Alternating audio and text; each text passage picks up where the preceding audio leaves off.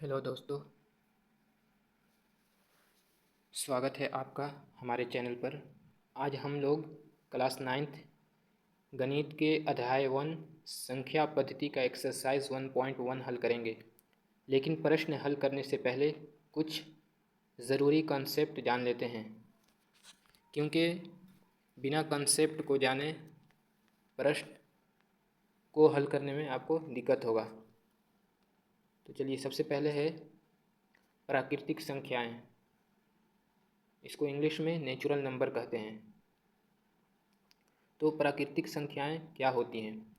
ये वो संख्याएं हैं जो हम रोज़ गिनने में उपयोग करते हैं, जैसे एक किताब, 2 आम, 3 बच्चे। ये 1 से शुरू होती है और अनंत तक जाती है। एक बात याद रखो, ज़ीरो प्राकृतिक संख्या नहीं है, क्योंकि हम किसी भी चीज़ को 1 से गिनना शुरू करते हैं। ज़ीरो प्राकृतिक संख्या नहीं है। प्राकृतिक संख्या उसी को कहते हैं जो हम रोज़मर्रा की ज़िंदगी में हम किसी चीज़ को हम गिनते हैं, जैसे एक सेब, 2 आम। ये हमने आपको एग्जाम्पल दिया है। अब अगला है पूर्ण संख्याएं, जिसे इंग्लिश में होल नंबर कहते हैं। ये बिल्कुल आसान है, बस प्राकृतिक संख्याओं में शून्य जोड़ दो। जैसे हम प्राकृतिक संख्या को हम 1 से शुरू करते थे, तो 1 से लेकर अनंत तक को हम प्राकृतिक संख्या कहते थे। तो अब इसमें आप अगर ज़ीरो को जोड़ देंगे तो ये आपका हो जाता है पूर्ण संख्याएं। ज़ीरो को जोड़कर जितने अनंत तक जितनी संख्या हैं उसे हम पूर्ण संख्या हम कह सकते हैं। अगर इसको एग्जाम्पल से समझें तो 0, 1, 2, 3, अब एक और अनंत तक।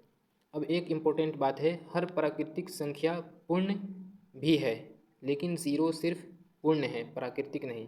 हर प्राकृतिक संख्या पूर्ण भी है और प्राकृतिक संख्या भी है, लेकिन जो ज़ीरो है वो सिर्फ पूर्ण है, प्राकृतिक संख्या नहीं है।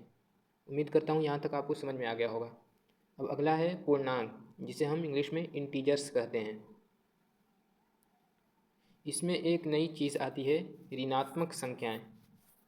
अगर हम पूर्णांक की बात करें तो इसमें, क्योंकि हमने अभी प्राकृतिक संख्या को देखा, तो प्राकृतिक संख्या 1 से शुरू होता है, और फिर हमने देखा होल नंबर को, तो होल नंबर ज़ीरो को अगर हम ऐड कर देंगे प्राकृतिक संख्या में तो ज़ीरो से शुरू हो रहा है होल नंबर्स।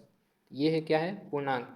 तो प्राकृतिक संख्या और होल नंबर में अगर हम माइनस के भी जितने नंबर आते हैं, जैसे -1, 2, 3 अनंत तक, उसको भी अगर हम ऐड कर देंगे तो ये आपका हो जाएगा पूर्णांक।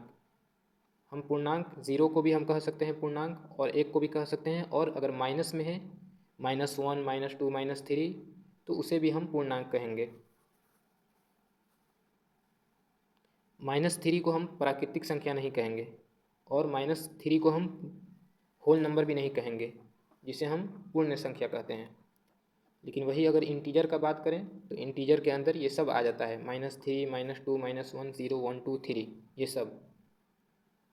ये सब पूर्णांक है।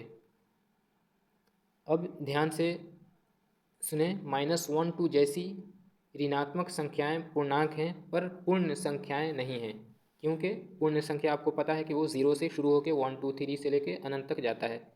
तो अगर क्वेश्चन में आपका है कि क्या ऋणात्मक संख्याएं पूर्ण संख्या है, या फिर पूर्णांक जो है ऋणात्मक संख्याएं जो है वो पूर्ण संख्या हैं, तो आपको उसको उत्तर देना है नहीं, क्योंकि पूर्ण संख्या आपका 0 से शुरू होता है, उसमें -1, 2 ये सब नहीं रहता है। चलिए अगला कंसेप्ट को समझते हैं। अब अगला है परिमेय संख्या, इसे इंग्लिश में रेशनल नंबर कहते हैं। परिमेय संख्या, इसकी डिफिनेशन याद कर लें, जो संख्या P/Q के रूप में लिखी जा सके, P/Q के रूप में लिखी जा सके, जहाँ P और Q दोनों पूर्णांक हो। P और Q दोनों पूर्णांक हो, मतलब वो कुछ भी हो सकता है, जैसे 0 भी हो सकता है,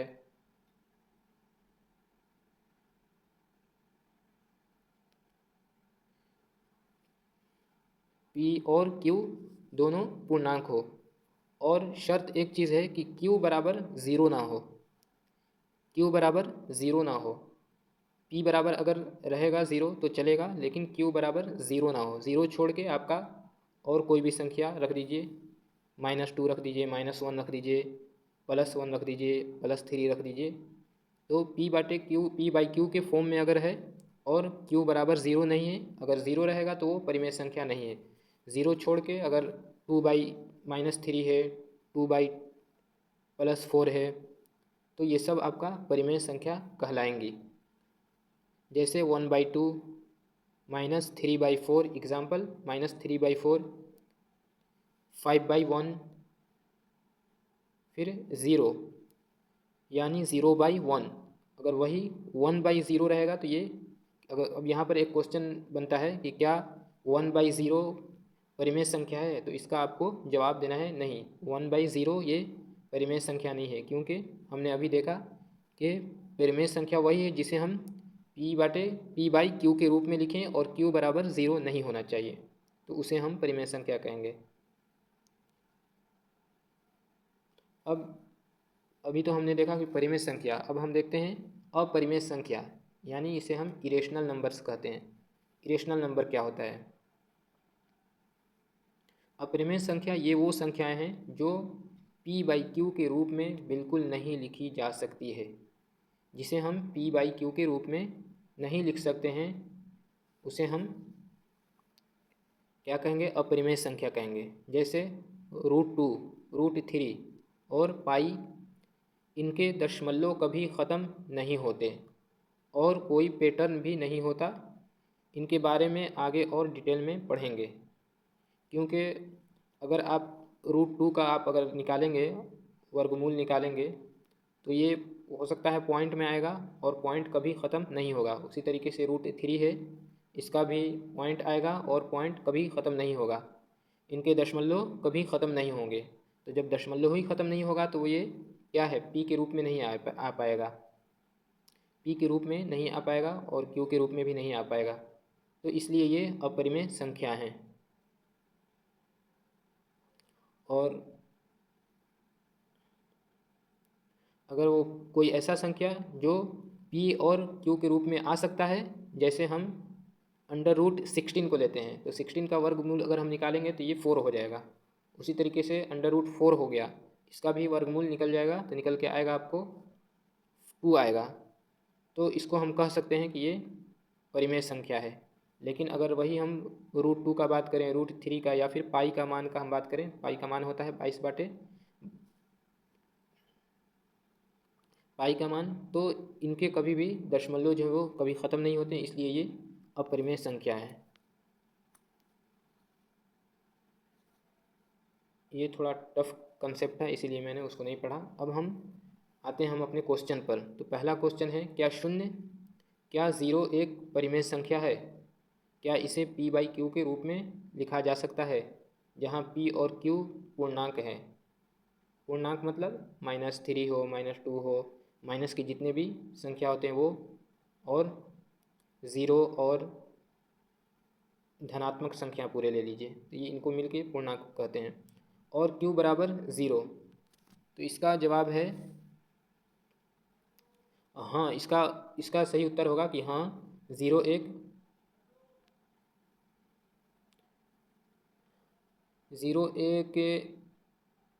परिमेय संख्या है,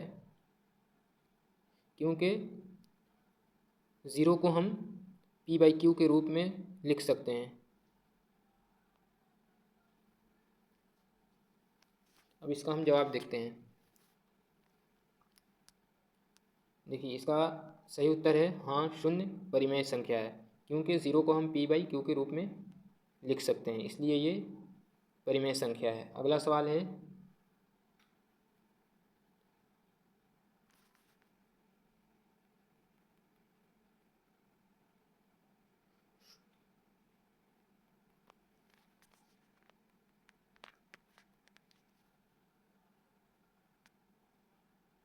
शून्य को हम ये सभी रूपों में लिख सकते हैं, 0/1, 0/2, 0/5, 0/7, 0/100 और इससे आगे भी। तो हर बार p बराबर 0 है, p बराबर 0 है और q कोई भी गैर शून्य पूर्णांक नहीं है, इसलिए शर्त q बराबर 0 होना हमेशा पूरी होती है। 0 एक परिमेय संख्या है। अब अगला सवाल है, 3 और 4 के बीच में 6 परिमेय संख्याएं ज्ञात कीजिए। 3 और 4 के बीच में 6 परिमेय संख्याएं ज्ञात कीजिए। 3 और 4 के बीच में 6 परिमेय संख्या आपको ज्ञात करना है। इसके लिए एक बहुत ही काम की ट्रिक है जो आपको हमेशा याद रखनी चाहिए। जितनी संख्याएं चाहिए उसमें 1 जोड़िए। आपको अगर 6 संख्या चाहिए तो आप 6 में एक संख्या जोड़िए और ये क्या हो जाएगा, 7 हो जाएगा। 7 हो जाएगा। अब क्या कीजिए कि 7 को आपको जितना संख्या बोल रहा है कि 4 और 5 की 3 और 4 के बीच में 6 संख्या चाहिए, तो आपको क्या करना है, 6 में एक और जोड़ना है, तो 6 वो 7 हो जाएगा। अब क्या कीजिएगा कि हर के मतलब होता है, जैसे हम P/Q को अगर लिखते हैं तो यहाँ पर P जो है जो ऊपर रहता है उसे हम अंश कहते हैं और जो नीचे में रहता है Q उसे हम हर कहते हैं। तो वो जो 6 में एक जोड़ने पर 7 बनेगा उसे आप नीचे रखिए, मतलब हर बना दीजिए। ठीक है, अब इसका हम जवाब भी देख लेते हैं।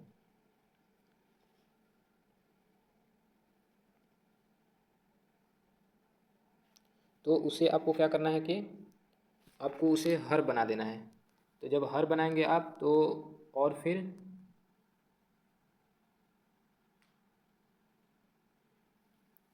जब हर आप बनाएंगे तो ऊपर नीचे दोनों कभी भी हम इस तरह डायरेक्ट हम सिर्फ हर में हम नहीं रख सकते हैं। अगर हम कोई भी संख्या से नीचे में हम गुना कर रहे हैं तो वही संख्या से ऊपर में भी करना है। तो 7 से ऊपर में करेंगे तो 21 हो जाएगा और फिर वही नीचे में 7 से करेंगे तो 21/7 हो जाएगा और वही 4 में अगर करेंगे तो 28/7 हो जाएगा, क्योंकि 4 7 चौके 28 होता है। अब क्या कीजिए कि इनके बीच में जितनी भी संख्याएं आती हैं उन सभी को आप लिख दीजिए। जैसे यहाँ पर आ रहा है 21 के बाद आएगा 22/7 आएगा, 23/7 आएगा, 24/7 आएगा, 25/7 आएगा, 26/7 आएगा, 27/7 आएगा और लास्ट में आपका आ रहा है 28/7। तो उसको तो नहीं लेना है क्योंकि उसके बीच में ही आपको निकालना है। तो ये आपका 6 संख्या आपको मिल गया, परिमेय संख्या आपको मिल गया। तो आपका क्वेश्चन का आंसर ये हुआ, क्योंकि आपको बोला था कि 3 और 4 के बीच में 6 परिमेय संख्या आपको निकालना है। उसका तरीका जैसा कि आपको मैंने बताया कि जितना संख्या बोल रहा है उसमें आप एक और ऐड करिए और एक ऐड करने के बाद अगर आपको बोलता है कि 8 निकालना है तो आप क्या करते हैं कि 8 में एक और जोड़ देते हैं तो 9 हो जाता। फिर 9 से आप ऊपर नीचे आप उसमें मल्टीप्लाई कीजिए, मतलब 3 से लेके 4 के बीच में। तो 3 में करेंगे ऊपर से तो 9 चौके 9 तियाँ 27 हो जाएगा और 27/9 हो जाएगा। फिर अगर 4 में करेंगे तो 4 में भी हो जाएगा, 4 में 9 से करेंगे तो 9 चौके 36 हो जाएगा और फिर नीचे में 9 हो जाएगा। फिर इसके बीच में जितने भी संख्या आ रहा है, जैसे 27 मतलब 28/9 और 29/9, 30/9, ऐसे करके आपको पूरे संख्या आपको प्राप्त हो जाएगा। अब अगला क्वेश्चन दूसरे इसी चीज़ को आप दूसरे तरीके से भी आप निकाल सकते हैं, जैसे पॉइंट में भी आप निकाल सकते हैं। 3.1 कर दीजिए, 3.2 कर दीजिए, 3.3 कर दीजिए, 3.4 कर दीजिए, 3.5 कर दीजिए, 3.6 कर दीजिए। तो ये आपको 6 संख्या आपको मिल गया। दोनों तरीका बिल्कुल सही है, परीक्षा में कोई भी आप एक लिख सकते हैं। अब तीसरा क्वेश्चन है संख्या ज्ञात कीजिए।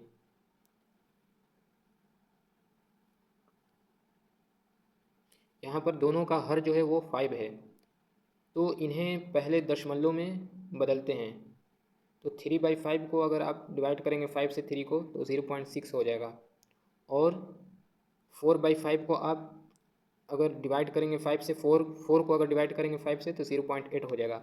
अब यहाँ पर इन दोनों के बीच में आपको कितना परिमेय संख्या चाहिए, 5 चाहिए। तो यहाँ पर आ रहा है 0.6 और यहाँ पर आ रहा है 0.8। 0.6 और 0.8 के बीच में 5 संख्याएं हो जाएगा। अब इसका हम आंसर देख लेते हैं।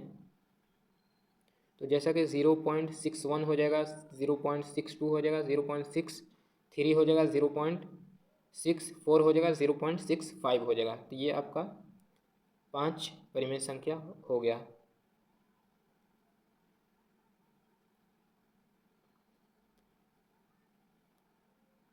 तो ये तरीका हुआ कि पॉइंट में आप पहले उसे दशमलव में बदल दें, फिर दशमलव में बदल के फिर 1 2 जितना चाहिए आपको, मानिए 8 कहता तो 0.6 अभी 6 करते हैं, फिर 0.67 कर देते हैं। इस तरीके से जितना संख्या आपको चाहिए उतना संख्या आपको मिल जाएगा।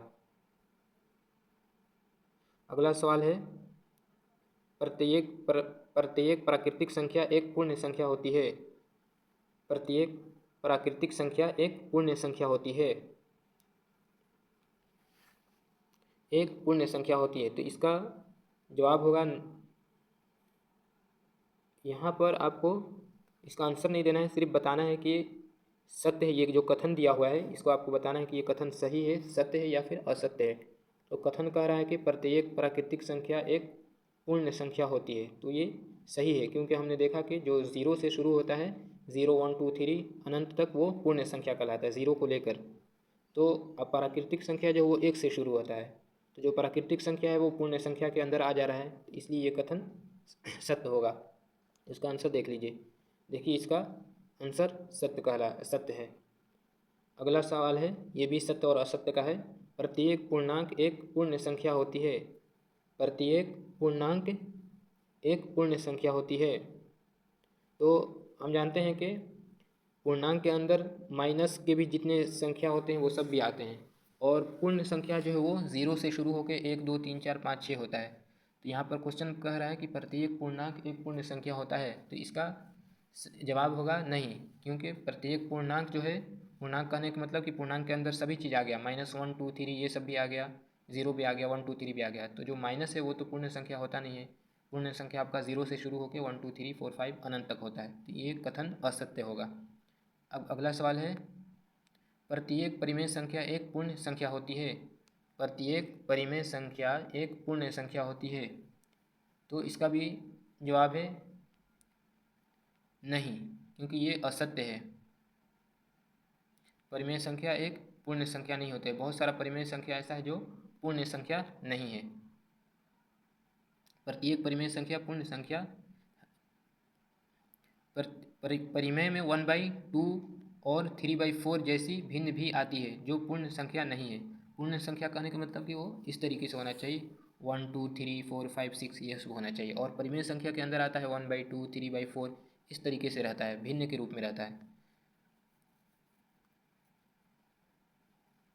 अब अगला सवाल है कि -5 किस श्रेणी में आता है। पूर्ण संख्या है, प्राकृतिक संख्या है, पूर्णांक है, पूर्णांक प्लस परिमेय भी है, और इसमें से कोई नहीं। तो थोड़ा देर आप सोचिए, फिर उसके बाद आंसर दीजिए। -5 किस श्रेणी में आता है। पूर्ण संख्या है, प्राकृतिक संख्या है, पूर्णांक प्लस परिमेय है, या फिर इनमें से कोई नहीं है। तो ध्यान से सोचिए, यह ऋणात्मक है। ऋणात्मक कहने का मतलब कि ये माइनस में है, तो प्राकृतिक और पूर्ण संख्या तो नहीं है। क्योंकि प्राकृतिक 1 से शुरू होता है, पूर्ण 0 1 2 3, प्लस मतलब धनात्मक से शुरू होता है। लेकिन पूर्णांक जो है वो माइनस भी आता है, पूर्णांक के अंदर माइनस भी संख्या आती हैं, और -5/1 -5 को हम 5/1 लिख सकते हैं, क्योंकि 1 से डिवाइड कीजिएगा तो उसका मान जो है वो बदलेगा नहीं। तो इसलिए ये एक पूर्णांक और प्लस परिमेय संख्या कहलाएगा।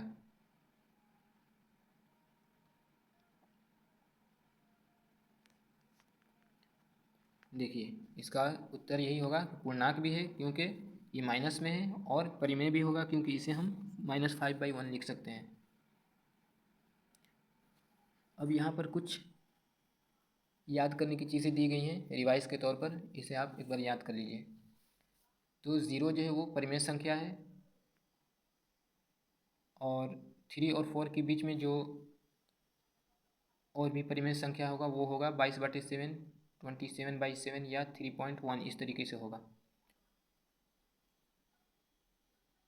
तो अगर आप इसी तरीके से क्लास 9th के मैथ को आप पढ़ना चाहते हैं, एक एक करके पूरे क्वेश्चन को सॉल्व करना चाहते हैं, तो चैनल से जुड़ जाइए, यानी चैनल को सब्सक्राइब कर लीजिए और वीडियो को लाइक कर दीजिए।